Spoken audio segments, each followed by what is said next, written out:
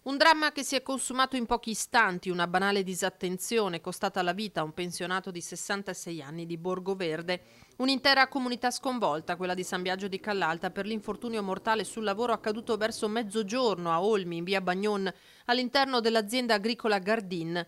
Mentre alla guida di un trattore agricolo faceva manovra nel vigneto, il titolare, Guerrino Gardin, 63 anni, di Sandona di Piave, non si è accorto della presenza del pensionato Maurizio Tonon, amico da tempo, che stava sistemando l'impianto di irrigazione dei filari. E in retromarcia lo ha travolto, causandogli ferite gravissime. Immediatamente sono stati chiamati i soccorsi.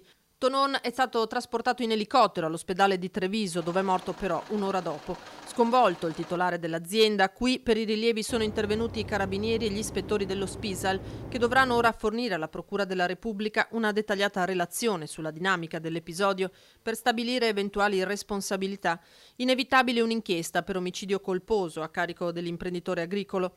Tonon, originario di Quarto d'Altino, abitava in via Giotto, una laterale della Postumia. Per lungo tempo camionista, era ora in pensione.